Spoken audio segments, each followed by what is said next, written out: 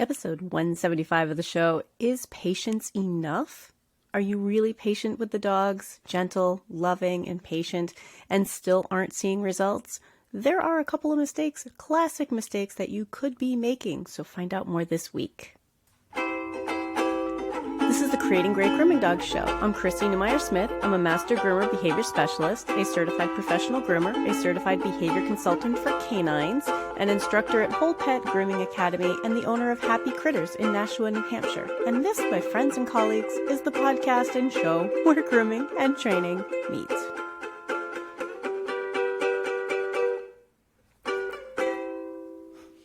Patience alone can be really helpful, and I don't want to downplay how it's really important for us to be patient with the dogs. But let's talk a little bit more about that, because I think that people misuse patience. Like, patience alone is not going to take care of the problems that we often see. The problem that dogs have with grooming is that they find it unpleasant, uncomfortable, and or scary. And there are a lot of things that we can look at. Now, being patient can help them feel more secure with you, but it might not affect anything else. So let's break it down into the who, what, where, when, why. Oh, see, now we're thinking about it. Yeah, right. Who, what, where, when, why? How is this going to affect the dogs? So being patient alone is the who.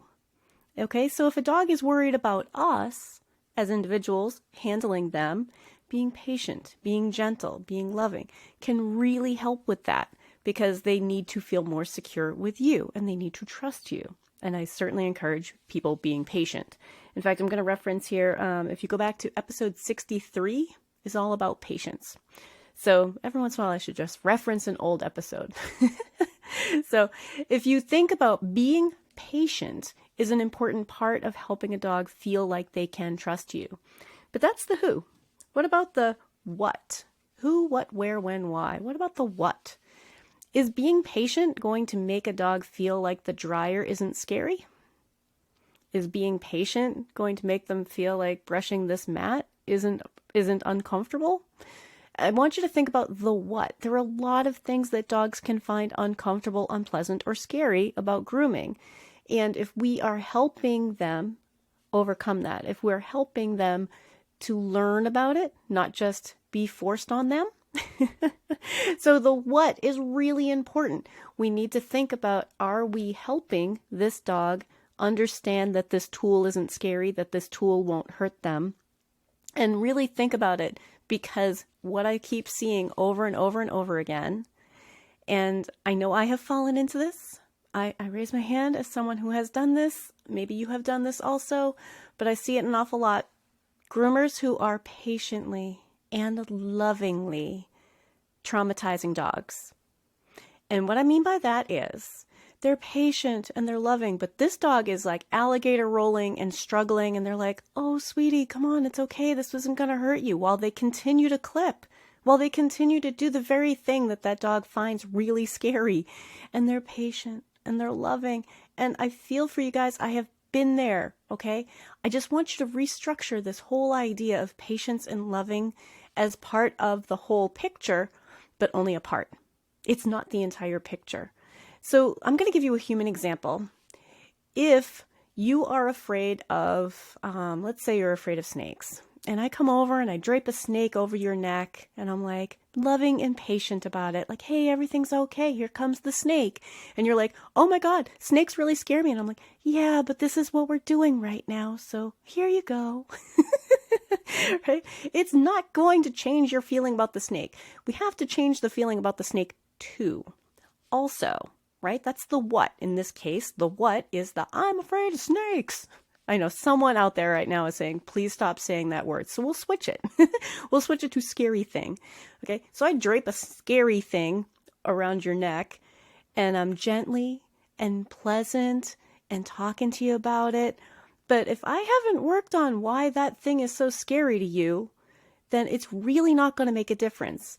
That's an example of lovingly and gently and patiently traumatizing somebody. Okay. If we don't address the fear and why they're afraid of it, there are steps for that. And I want you to think about how we can help an animal be calm, comfortable, and cooperative. And in this case, the what would be comfortable. Are they comfortable with what we're trying to do? And probably not. If they're not being calm and they're not being cooperative, they probably are not comfortable either. Patience will only get us so far. So that's the who and the what. What about the where? What if part of this dog's problem is just that they're afraid of being up on a table, or they're afraid of being in a crate, or they're afraid of being in a tub? Patience and loving is not going to solve that. It's part of how we solve that. It's the approach we should always be taking, but we have to go beyond just being patient. We have to think about like, okay, how can I help you feel better about this tub without necessarily just dropping you in the tub? So I'm going to use another example as the where. Okay, let's say that you're really kind of afraid of swimming, and I'm like, I'm going to push you in the pool now, but it's for your own good. It's okay. You're fine. And I just drop you in the deep side of the pool, and you are terrified of pools. But now I just keep bringing you over to the pool. Every time we see each other, I'm like, time to jump in the pool. And I shove you in the pool gently and lovingly, and I'm not going to let you drown. Everything's going to be fine. Our friendship is going to erode. You're going to say, Chrissy, I do not want to hang out with you. Let's do a cookout someplace with no pools. Okay? That's the where. That's an example of where, right? If a dog is afraid of being in a grooming setting, if a dog is afraid of being in a particular type of run or a particular type of crate, okay, gently, patiently, lovingly is not going to change that. We actually need to work on the behavior problem. Why is this dog afraid of this particular tool, this particular where? Okay. When? When is a tricky one. Okay, well, let's talk about when. When can be how long we have been doing something. All right, the duration. It can be that, morning is when this dog usually goes for a walk and hasn't had any exercise yet. And maybe they just cannot even handle what we're doing. Maybe it's how long they have been working on this dog and they just can't handle any more brushing or drying or anything. As an example, a grooming example, I find for a lot of my behavior cases, I like to get the head done earlier because the trouble spots, I can keep circling back and circling back and circling back. Okay, if that's their scary spot, I can do just a little bit and circle back and circle back and circle back. But if we leave it to last, that is the end of an endurance run. And this dog is like, I swear to God, if this doesn't end soon, I'm going to lose my mind. Okay, have you ever felt that? Let's think about it, okay? Have you ever felt that? How long something is going on? Like being stuck in traffic for 5 minutes is different than being stuck in traffic for 45 minutes. And this dog has been stuck in traffic for 45 minutes and is thinking, I swear to God, she's got to be finished soon. She's got to be finished soon. Now, I realize that is very anthropomorphic, but I want you to kind of see it, okay? Being patient with them is helpful, but that is not going to help build endurance. It's not going to help them understand how long things take and be comfortable with the how long. To be comfortable with how much, how long, all the things that we need to do in this big, long process. So that would be the when. What about why?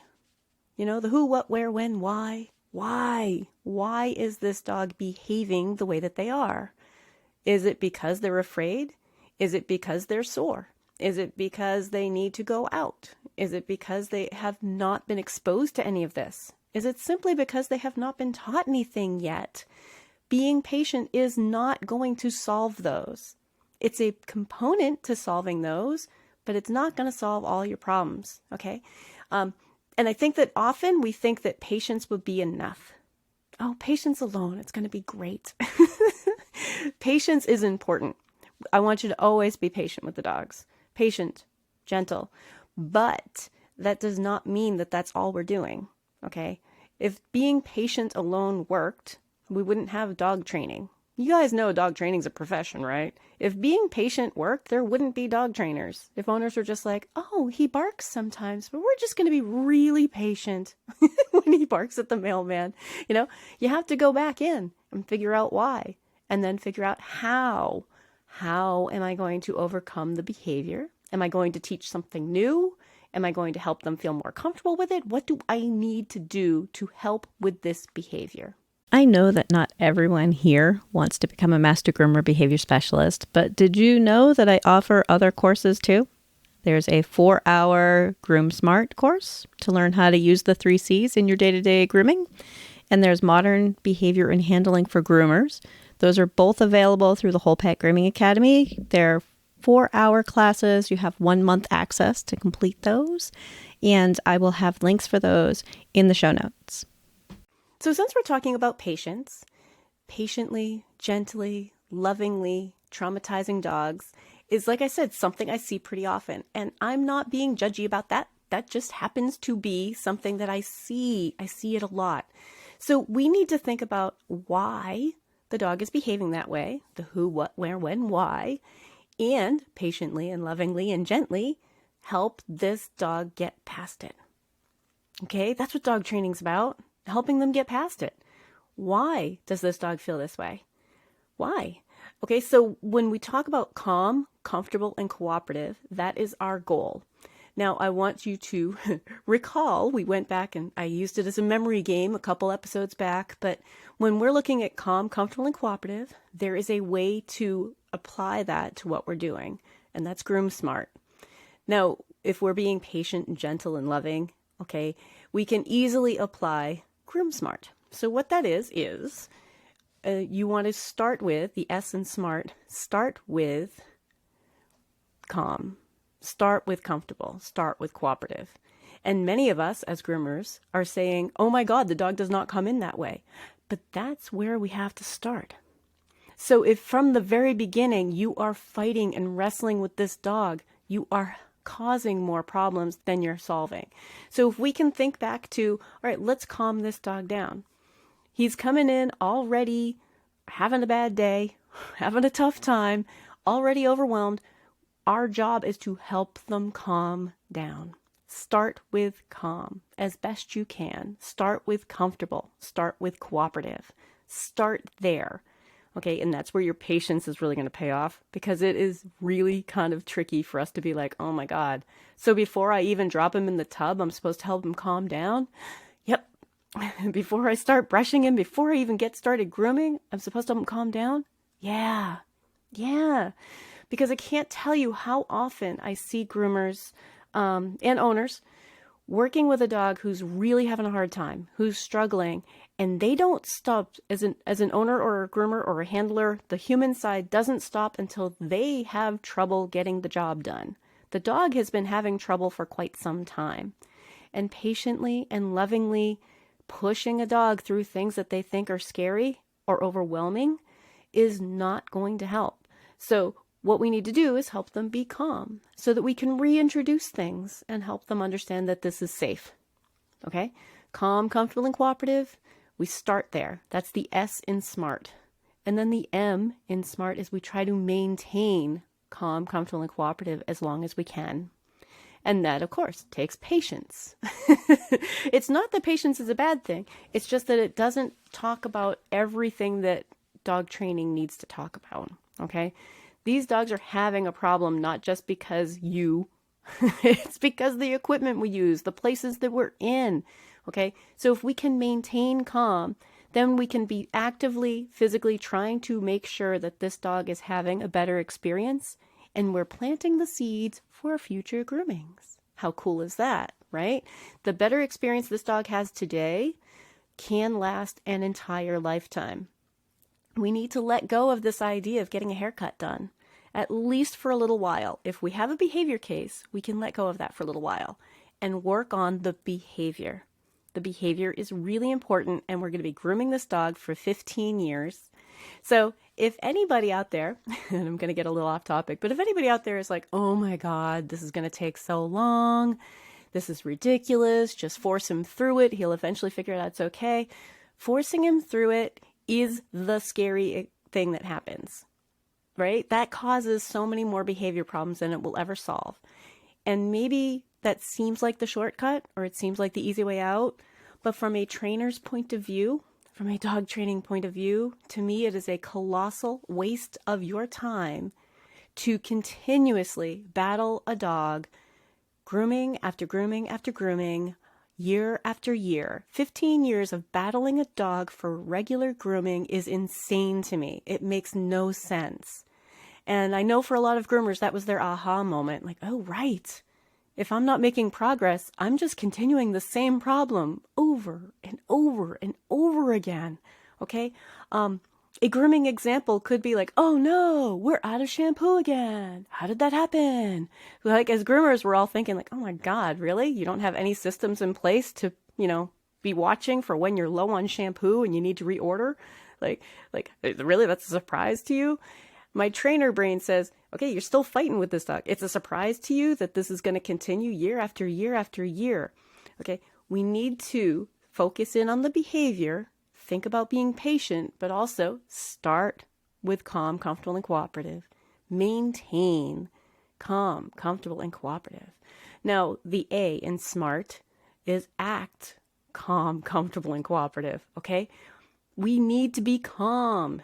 If you want people around you to be calm, you have to be calm. If you want animals around you to be calm, you have to be calm. This is part of what we have to do. Let's just calm down together. Let's calm. And patience is an important part of that. Okay, this is one of the places where patience works. We're acting calm. Okay, we're acting comfortable. Okay, what I mean by that is, if we think that everything is really uncomfortable, all right, then we're all like, oh my God, I hate this. And that's not real helpful if you're trying to teach an animal that this is safe and they can trust you, right? Think about what kind of message you're sending when you're like, oh my God, I hate this. And then cooperative. Notice I say calm, comfortable, and cooperative, not calm, comfortable, and obedient, right? Cooperative is if this dog indicates that something makes them nervous or they're uncomfortable, I pause for a moment to figure out why. I don't just continue. I don't just clamp down harder. If a dog wiggles their foot, I don't assume that they're trying to wiggle away. My first assumption is, are you uncomfortable? Do you need to hold it differently? Do you need to get your balance? And dogs calm right down for it pretty often. So acting calm, acting comfortable, acting cooperative, all right? Being cooperative takes both of us. It takes the dog and us to work together. Cooperative. It's not Spot versus Chrissy. It's Spot and Chrissy for the win. All right. So we went through start with calm, maintain calm, act calm. Now we're going to go into return to calm. There are times where a dog will start getting nervous, or they may start getting upset. They may start having a problem. And if they do, when they do, take a moment to return them to calm, comfortable, and cooperative. Help them regain that. Help them understand that, okay, let's calm you down again. Let's figure out why. And that, of course, takes patience. This is an episode about patience. But we also have to look at why. What happened in that moment when they lost their calm? When the 3 C's disappeared for that moment, what happened in that moment? Again, we're back to who, what, where, when, why. Did another dog walk in the room? Did an owner put their head in the window to take a look? Did somebody turn on a loud noise? Did you turn on a dryer? What happened in that moment? Note that. That caused a change in behavior that we now need to return them back to calm and think about, okay, how am I going to address that in the future? How am I going to help this dog be comfortable with it? All right, so that's return to calm, the groom smart. And then T is actually teaching calm, teaching them to calm down. Like, hey, this is something I want from you. Okay? Teaching them to be calm, teaching them to be comfortable with stuff. Not just forcing clippers over their body until they're twisting around so much or moving around so much that you can't get the clipper down the rest of their leg. Okay?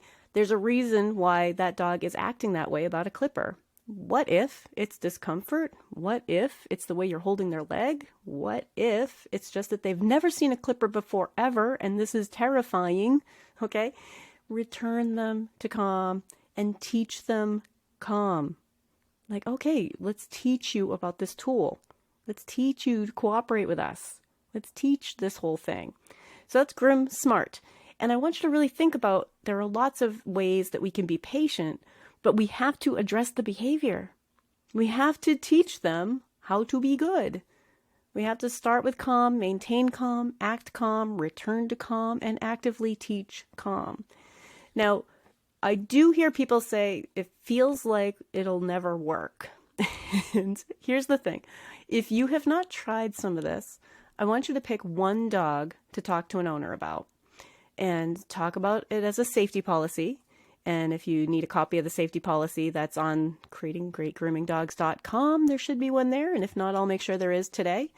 But talk to them about behavior as safety and ask an owner, can I have 3 grooming sessions to work on behavior and let go of the results of the trim and work on the behavior to show us all, the dog, the groomer, the owner, that working on behavior can change the behavior.